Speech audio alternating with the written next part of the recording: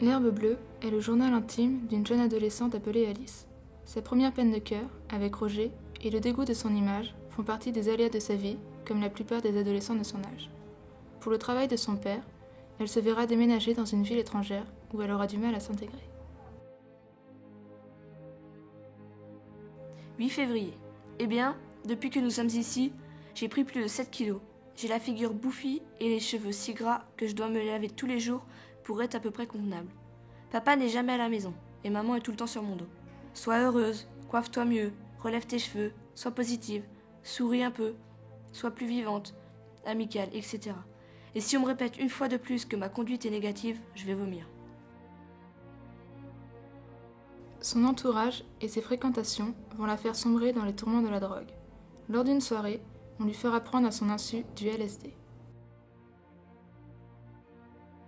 10 juillet. Bientôt, des tas de pensées sont apparues entre chaque mot.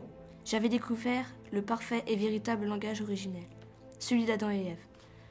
Mais quand j'essayais de l'expliquer, les mots que j'employais n'avaient pas de rapport avec mes pensées. Je les perdais.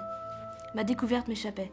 Cette merveilleuse chose, vraie, merveilleuse, inestimable, qui aurait dû être sauvée par la postérité. J'étais désolée. Et finalement, je n'ai plus rien dit. Je ne pouvais plus. Et je me suis laissée tomber par terre. J'ai fermé les yeux. Et alors la musique a commencé à m'absorber, physiquement. Je pouvais la sentir, la toucher, la humer et l'entendre tout à la fois.